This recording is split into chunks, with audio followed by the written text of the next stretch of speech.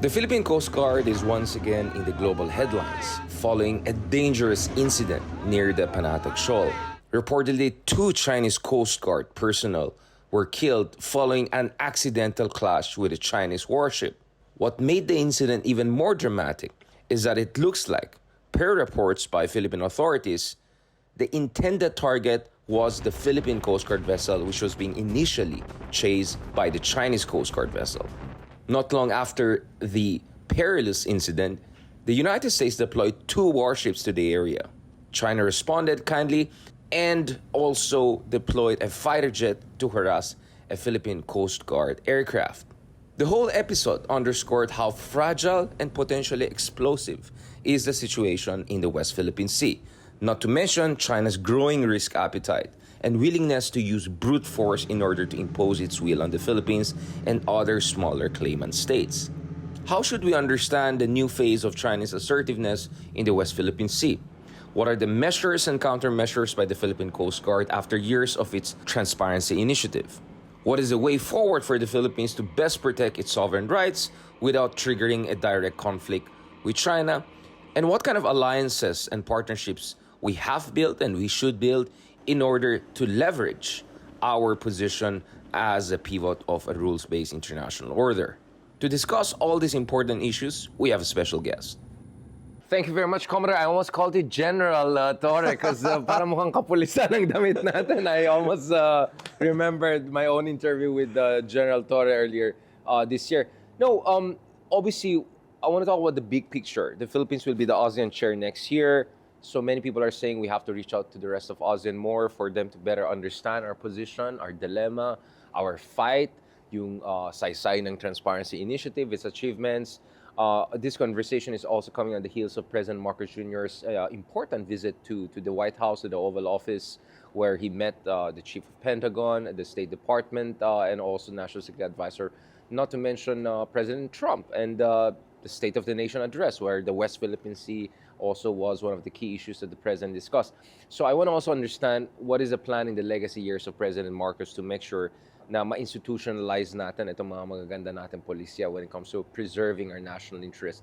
But before going there, since medyo parang kapulisan ng damit natin ngayon, Commodore, how important is public diplomacy and public communications? Because you, General Torre, a couple of people, men in uniform, literally, right, have really gained a lot of public affection. It's not only journalists who feel very comfortable with you. People feel comfortable with you. There's affection. People, except the trolls. No, even they, I think may silang hidden desire, or at least they get to get my attention. Yeah, right? You can see that they parang nakikinikilig sila. I mean, unless these are like totally robots, right? But I think the human trolls, a part of them, I think they're like thrilled. Na, oh my God, pinapansin ako na isang Commodore, isang General. So, what's going on here? Is this a renaissance in terms of public-private partnership, whole-of-nation approach? Where are we seeing the rise of all of these people like you, Commodore, or General Torre, among others, who seem to be really having their, to have the pulse of the people, if I can put it that way? Well, I cannot speak for the PNP chief, but I think for the Philippine Coast Guard, the reason why we became more popular when it comes to the West Philippine Sea is all because of the transparency efforts. I think to the Philippine Coast Guard, the Filipino people can already understand and visualize what's really happening. They also recognize the sacrifices and the patriotic duty of our personnel on board our Coast Guard vessels. And through me, as a spokesperson, I can be able to effectively communicate and describe our important role in the West Philippine Sea. And probably that explains why I don't know why people starts appreciating and noticing me being the spokesperson of the Coast Guard. Can we talk a little bit about that? Because you have had a learning curve, right? Because my sense is early on, the level of attacks, coordinated attacks, people like you and a lot were getting seemed kind of out of this world, right? You don't talk like that to an official. If you have a disagreement, say it properly. So kumbaga, bastusan talaga. And let's be honest, I think all of us who have been at the receiving end of this kind of attacks, there's a human side in us saying, why am I getting this? Actually, I'm fighting for the Philippines' rights. kasalanan ba natin na lumalaban tayo para sa karapatan ng ating bayan? So obviously there were moments of frustrations, I suppose, on your part. But how did you get through it? Because it looks like as time went by, you developed some sort of digital immunity, if I can call it. Or Is that true? They literally made me have more thick-faced Yeah. each day it passes. Well, for me, it depends on the attack. In the During the first few days of our transparency efforts, I'm pretty much affected. Yeah, you're correct with that kind of asking myself what did I do wrong. I mean, I am just narrating to the public what happened in the West Philippine Sea, what are the harassments that we have faced and experienced, and those were valid questions, right? I want to know what did I say wrong that offended anybody in our domestic audience or even for the international community. But I realized that narrative, that criticism of those cyber trolls or those fake news purveyors are just narrating and amplifying the pro-China narrative.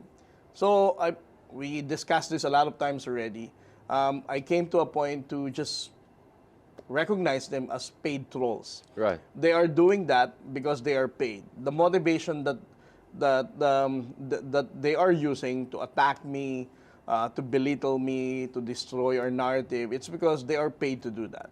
And knowing for a fact that somebody is earning because I'm doing this, I think, that's already a good compliment on my part. But kidding aside, I realized that it doesn't really, the more you give so much attention to these trolls, To feed them. the more they think that they are really, they need to ask for higher payment from whoever pays them, right? Right. So if you just ignore them, you would just be completely silent about their criticism and their own fake news, then eventually you just have to learn to live with those kind of fake news. But at some point, you have to draw the line, right? Because unfortunately, in an era of social media, this is the very kind of a Goebbels principle, right? If you say a lie for 1,000 times, and because of digital technology, you can do it 1,000,000 times because of virality and fake news and troll farms. If you also don't push back and draw the line, you might actually allow them to dictate the terms of the narrative, right? So it's important na, kumbaga, pumatol ka once in a while, di ba? To remind people what on earth is going on. We're talking about the Philippine national interest. We're talking about international law here. So there are times where you have to have a calibrated intervention and response. Well, that is the reason why I filed a cyber libel in one of those social media influencer. Because for me, that the lines have already been crossed. Like, for example, I have the 3 grounds that became my reason to file cyber libel. Is one, they highlighted that I am receiving a stipend from the U.S. That's Embassy, libelous, right? absolutely, So, yeah. that kind of information, if our ordinary countrymen would read that in the news, in their news feed, in social media, eventually would doubt my credibility, and it would also damage my reputation as a spokesperson. Yeah. People would think that everything I message to the public through the medium of being a compromised, spokesperson yeah. is all actually compromised, Yeah. because I am receiving money from Allegedly, the U.S. government, yeah. right? So I need to say something to counter that, and filing a cyber libel is a good way to tell the people that it's not true. The second one is that social media influencer, it's not necessary for us to mention her name. Not worth right? it, yeah. So she also said that I went to the house of Speaker Romualdez, and I received large sum of money inside black Ito ba yung banks. umiiyak bigla nung nahuli? Okay, yeah. yeah. I'm trying to just guess And what's then happening. the third one, she also mentioned that there is this Operation Atlantis, funded by the U.S. government, Oh, wow. and that I'm the one executing all the operations that are happening in the West Philippines. I don't know, probably he enjoyed so much of the Justice League that probably he thought, I was like, wow, that's quite right? creative, yeah. So, Project Atlantis. So those are the 3 things that, for myself, when I consulted Attorney Lavinia, he said you really have to make sure that these people are held accountable. Otherwise, this kind of news will eventually distort the messaging of the Philippine government. It would also not just compromise your own credibility, but it would compromise our own national security. Because if Yes. Filipino people would eventually think that whatever Jay Tarriela is doing is, one, he's paid by the speaker, he's receiving stipend from the U.S. government, the operations that he's handling is actually planned by the U.S. government, then there is no more reason for any patriotic Filipino people to listen to whatever I will Or say. it just confuses them, which is Yes. also bad enough because you need clarity, moral clarity, and also informational accuracy there. No. That's why you need to draw the line. Yeah. There should be guardrails. To be honest, Commodore, for some of us who are outside the government, we have been also been attacked with this kind of nonsense and all. But I admire you more. You also do your counterattacks. No, that's why it's important for even us who are on the outside, who are not part of the government. We have also been at the receiving end of these attacks for years, for But almost I a decade. admire you more, Richard, because you also do your counterattack with all these trolls in different social media platforms, from Twitter to Facebook. I don't know, did you lose your patience already in responding to all these trolls? Sometimes I fear I'm enjoying it. I mean, like, first you develop immunity, like, and as someone hinahanap mo pa siya para it gives you a thrill. No, but kidding aside, no, I just realized, yun nga the Goebbels principle, diba? If you allow them to keep on spreading lies, unfortunately, they're gonna convince some people, Yeah. right? Or at the very least, ang tawag ko dyan is poisoning the well strategy. Like, kung hindi namin makuha yung gusto namin, walang iinom dyan. Yung kumagang ganon, di ba? Like, you're just gonna confuse them. I was really worried. I talked to some people who are, average, reasonable people. Sabi ko, anong tingin nyo dito sa nangyari? Mahirap malaman ano ba talagang totoo Kasi minsan itong sinabi, you see what I'm saying? Confusion in itself is a victory for the bad side. Yes. So that's why clarity is important and guardrails are very important. And I felt it's very important for us to come back and fight. And I know, obviously, the difference between you and I is that I have more leeway as a private citizen to speak for myself. Although, of course, as a journalist, there's just so much I can go. So I really also admire you folks in the government, despite the limitations you have, because you represent the office, to still do that patiently, politely, diplomatically, and all of that. But, Commodore, I want to go back to this. How important it is for us to have a kind of a whole of nation approach to this. That, of course, we are in a democracy. There is a separation between the state and civil society. We are sovereign, we're independent. But at the same time, we have to work together on a certain level, right? Because it looks like we're facing a certain beast that is backed potentially by a foreign power, by proxies here in the country. There's a machine there. And that machine, unfortunately, has also many people ensnared because for almost a decade, they created all of these networks of disinformation. So what do you think should be the way forward? Well, I think, Richard, I would like to believe that the whole of nation approach in our fight in the West Philippine Sea has already started when transparency became the foundation of our fight in the West Philippine Sea. Because we can now see civil society like Atin Ito, leading convoy, creating Multiple awareness. missions, yeah. Multiple convoys, right? Multiple Atin Ito missions. So that's one. They are not supported by the government. They are not sponsored by any politician. And yet, this civil society has decided to sail to Pag-asa, to Bajo de Masinloc, to awaken the sense of patriotism of the Filipino people. We also now heard a lot of academic from Professor Batong Bakal, Justice Carpio, retired military officials like Admiral Ong, General Padilla, Right. General Bautista. All of them are also joining the conversation in asserting our position in the West Philippine Sea and also calling out those misinformation. And of course, the media and people like you, Richard, nobody tells you to talk about West Philippine Sea, to amplify our fight in the West Philippine Sea, to call out fake news and trolls. But This is your everybody, personal initiative, yeah. this is your personal initiative. So all of us in different sectors of society, whether you're doing it in your private capacity, the government is also leading this through the National Task Force for the West Philippine Sea and also the National Maritime Council. Everybody of all the majority of the Filipino people now understands that we need to do something. The same thing with the youth, right? Yeah. If you're going to engage the youth right now, if you visit different universities, they are now more aware and engaged and wanting to contribute on, for example, for the Takbo para sa West Philippine Sea. Majority of the runners who registered based on the data that was given to us by Coach Rio, majority of them are part of the youth. Nobody, I doubt that their parents, encourage them to join the Yeah. Takbo para sa West Philippine Sea. But all of us right now understand that we need to do our share in our fight in the West Right. Philippine Sea. So if you ask me, the whole of nation approach in the West Philippine Sea, I think this has already been happening. So this sense of civic duty, right? Yeah. It's very much spontaneously Yeah. rising, and everyone's meeting. Now, I want to go back again to this issue. How serious do you think this sharp power operations, this influence operations in the country, based on your own experience? You talk about troll farms. You talk about potentially compromised people, who act like assets, basically information assets. How serious is this problem, and what should we do? What are we doing about it? Well, first of all, we consider this as a very serious threat to our national security, especially in our fight.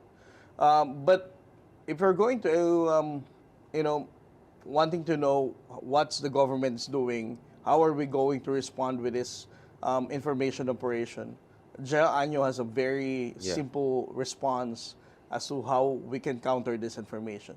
He said we just have to keep on telling the truth. And that's what we have been doing since day one. When So we launched the sunlight, transparency use sunlight. app. Use sunlight. Amplify it by just telling the truth, narrating what really happened. You don't have to overly assert the truth. You just Yeah. have to tell it. There's no exaggeration. Just the accurate details of information would be enough to put a stop in this information. So no matter how many trolls they hire, no matter how many fake social media accounts that they would create in Facebook or in Twitter or in X, it doesn't matter, because we know for a fact that the factual narrative, the truth, is the one that we're really holding. Commodore, speaking of the transparency initiative, what is your understanding of,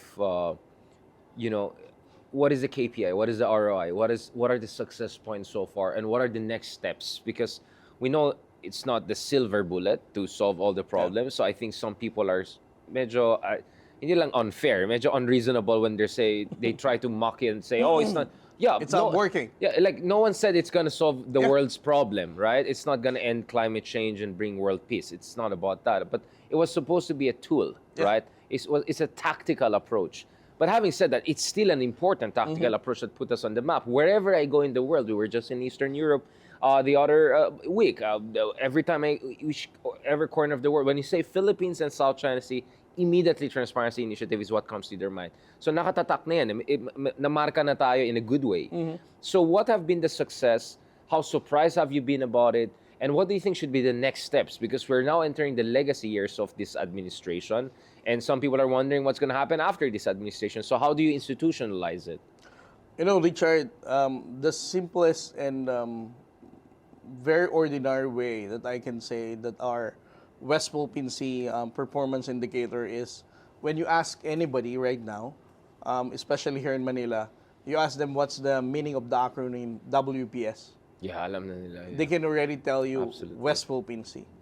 Before we started the Transparency Initiative, not even my kids or even my wife would know WPS, West Philippine Sea, or any other random stranger Right. before we started this. So, WPS is already identified. There's already a sense of awareness among majority of the Filipinos in different parts of our country, whether you're here in Luzon, NCR, Visayas, and Mindanao. When you say WPS, that's West Philippine Sea.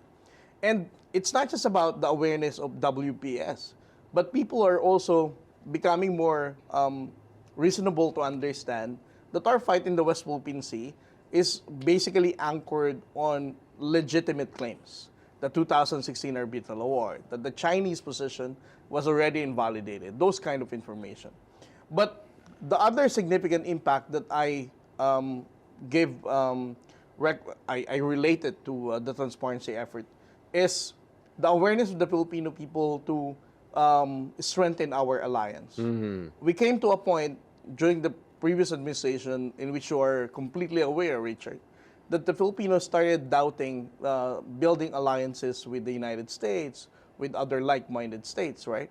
But on the first year of our transparency efforts, we saw 8 out of 10 survey among the Filipinos saying that we need to strengthen our alliance with other like-minded states for us to sustain our fight in the West Philippine Sea.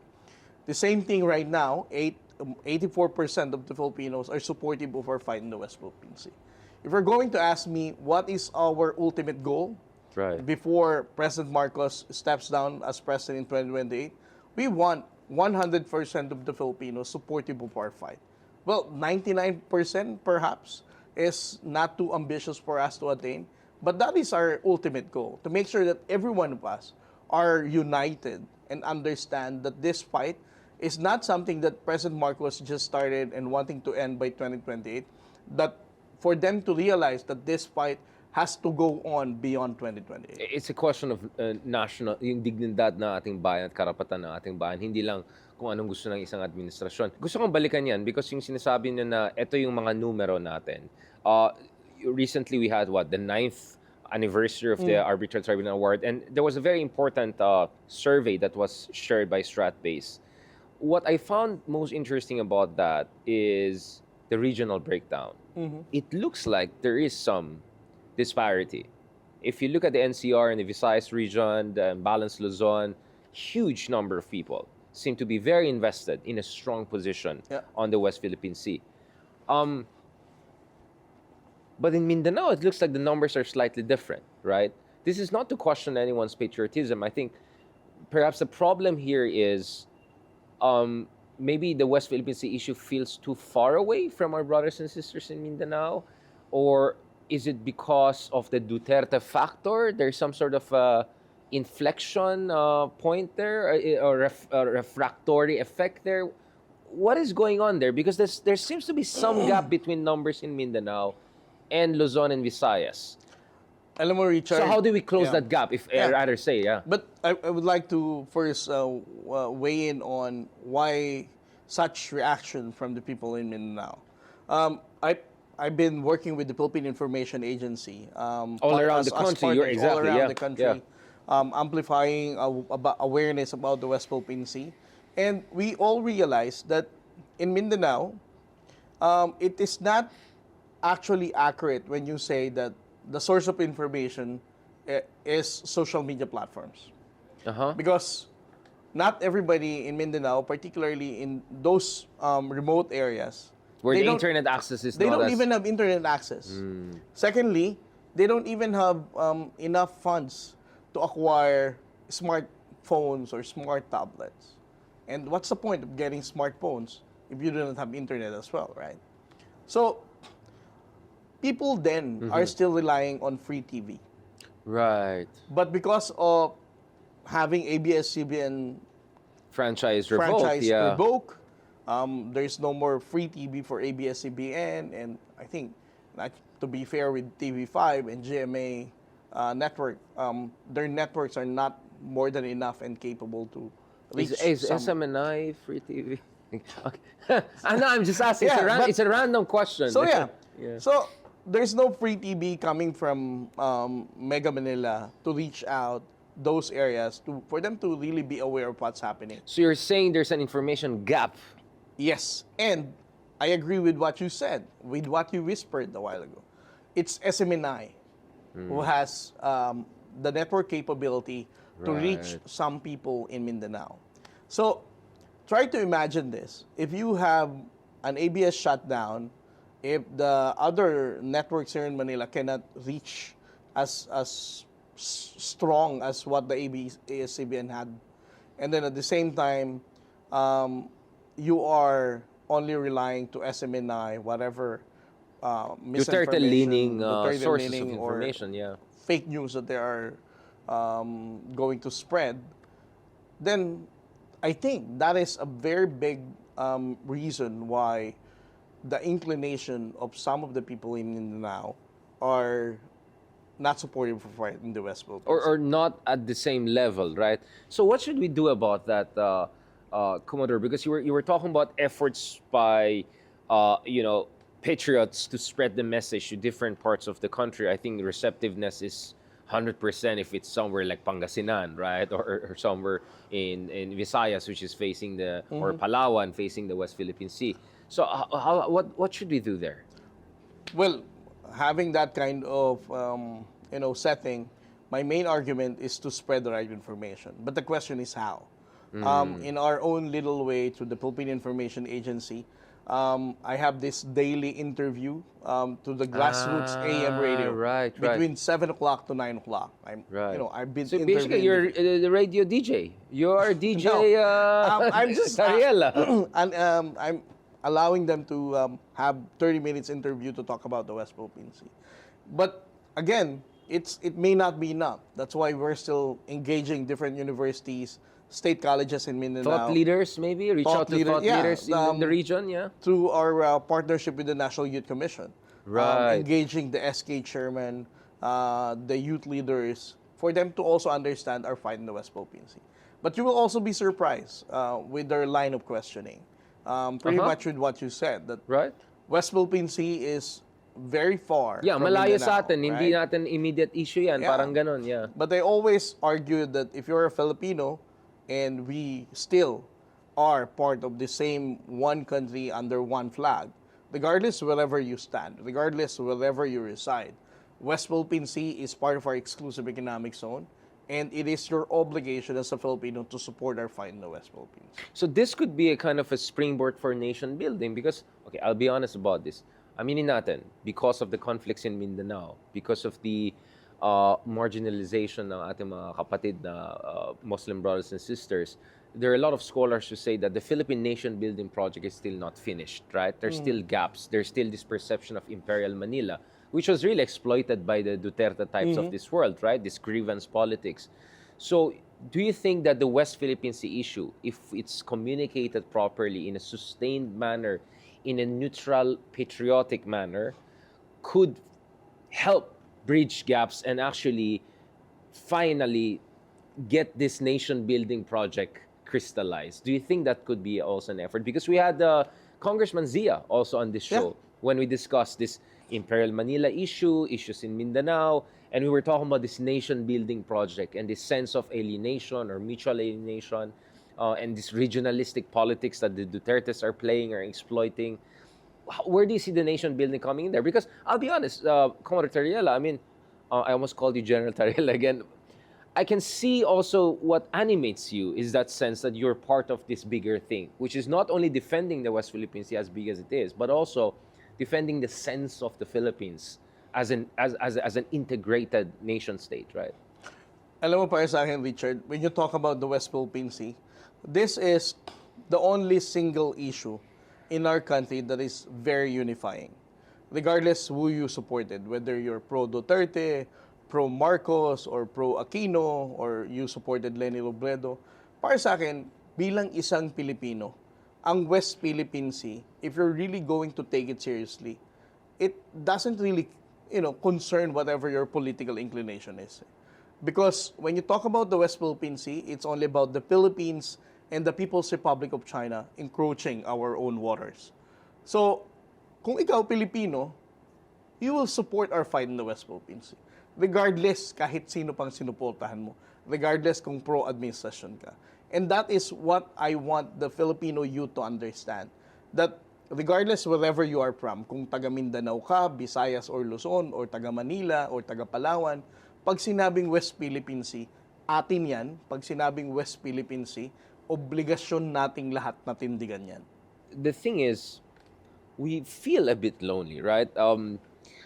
You go all around the world, Europe, New Zealand, US, Canada, Japan, tremendous amount of support for the Philippine position. I was in one of the ASEAN Summits events earlier this year in Malaysia, and I barely heard anyone saying anything in support of the Philippines or in criticism of what is being done to us in terms of bullying in the West Philippines. In fact, if you go to certain ASEAN capitals, parang China yung pinakamabait na bansa, the most amazing country in the history of the world. And you hear a lot of criticism of President Trump. Some legitimate, in fact. You have no problem with that. So sometimes, I half jokingly, I don't know if you saw that tweet. This was a tweet about the countries that supported us in our arbitration case. You see all these flags, Lithuania, New Zealand, ganun. And then parang, wait, where's ASEAN, right? Like, are we in the wrong neighborhood, right? Or like parang, so half jokingly, this is actually from the Mexican president, Diaz, I think. Back in the day, he said, poor Mexico, too close to the U.S., too far from God, right? And I jokingly said, poor Philippines, too close to neighbors who don't care about it, and too far from its good allies. But joking aside, in fairness, I've seen efforts by the Philippine government. In fact, even I saw events when you were there, other experts were there, where the audience was basically ASEAN, Yeah. right? We can talk about that event. I think there'll be another event, Manila Dialogue, soon, later this year. Next year will be the ASEAN chair. So, Commodore Jay, what I want to understand is also, because kanina purong public diplomacy yung pinag-usapan natin. What about ASEAN diplomacy, regional diplomacy? How important it is that we get the rest of ASEAN to have an understanding of us. Now, realistically, there going to be a country or two there in ASEAN na medyo nasa kabilang bakuran na. Okay, gets na. But I think if it's Indonesia, Singapore, Vietnam, I would say even Malaysia, Brunei, I think there's some receptiveness. Thailand, I would say. What is your sense of that? How far should we go to win over our friends in ASEAN, and how much do you think we can win over as far as the ASEAN goes? Well, first of all, Richard, I want to clarify that I'm not going to discuss foreign policy because, the DFA might red flag me in responding to your question. But I think for me, it's important for everybody to understand, because the trolls are also saying that because of the Philippines Transparency Initiative and being having a very firm stand, it is only the Philippines who is experiencing bullying, right? I think there was a post from a certain people saying that. But that's not true. We both know that's not true. That the Chinese Coast Guard and the Chinese Maritime Militia is not just concentrated in the West Philippine Sea. They also encroach and harass the fishermen from Vietnam, in Malaysia, Paracel, and Indonesia, in also in Luconia Shoal in Malaysia, Natuna also in Indonesia, right? So the only difference is that it is only the Philippines who choose to publicize. But it is not true that it's only the Philippines that is being bullied, that is being harassed, and that we are experiencing the aggressive action of the People's Republic of China. Everybody in Southeast Asia are experiencing, and they just choose to be silent about it. As to why? Probably because of the economic and trade investment, and they choose to to Quiet diplomacy. Yeah, to just have quiet diplomacy. But you said something very interesting in the past. I remember you said the people, though, in ASEAN seem to be more sympathetic. There's more resonance, especially pag nakikita nila yung ating mangingista ay binubuli, pag nakikita nila parang visceral sa mga ibang mga ASEAN countries. In fact, sa pagkaalam ko, dun sa latest atin ito event, there were singers and civil society members from other ASEAN countries, right? Meron din from Northeast Asia, I think a Japanese or a Korean was there. So at the people-to-people level, we're seeing resonance there, right? From your own tweets, you can see the resonance there, right? And since we did the transparency efforts, we also saw some Malaysian, Indonesian, Vietnamese also posting in social media that it's not just in the Philippines we are saying China Coast Guard. Malaysian fishermen are also posting in their social media accounts that there is China Coast Guard in Luconia waters, Natuna, and also in Paracel. So it is their own people who are not choosing to be quiet in exposing Chinese action. But if you're going to ask me what are those issues that would really, I still hope that eventually would unite ASEAN to call out the aggressive action of China. There are only three things. The first one is about the oil exploration. If we talk about oil exploration, the harassment, I don't think that any countries from Vietnam, Malaysia, or Indonesia, or even Brunei would also choose to be silent. Although there are reports that they are also experiencing that in Luconia Shoal, even if Prime Minister Anwar Ibrahim never would choose to downplay it, but people from the exploration company really identify that China Coast Guard is also passing through as they do the exploration. And then the second one is the damage to the marine environment. Right. I think Ecological damage, yeah. Southeast Asian countries also recognize that it is about time for us to have maritime cooperation to protect the marine environment and to call out those irresponsible states who conducts illegal reclamation and damage the coral reef and even violate fishing regulations that results to IUUF, right? And then the third one is, of course, the fishing sector. Vietnam, Malaysia, Indonesia, and the Philippines, I think that is the commonality of all these four countries. That we still see the fishing sector and the welfare of our own fishermen as something that is very important for any governments to really support in calling out Chinese aggression. Last point, Commodore, what are the big things coming from for the Philippine Coast Guard in terms of new acquisitions, expansion of your personnel, and going back again to ASEAN? I remember Bakamla of Indonesia had the proposal of quadrilateral, multilateral ASEAN, intra-ASEAN coordination drills, maybe with other Coast Guard. What are the things you're looking forward to in the coming years in terms of capacity building, minilateral or intra-ASEAN cooperation?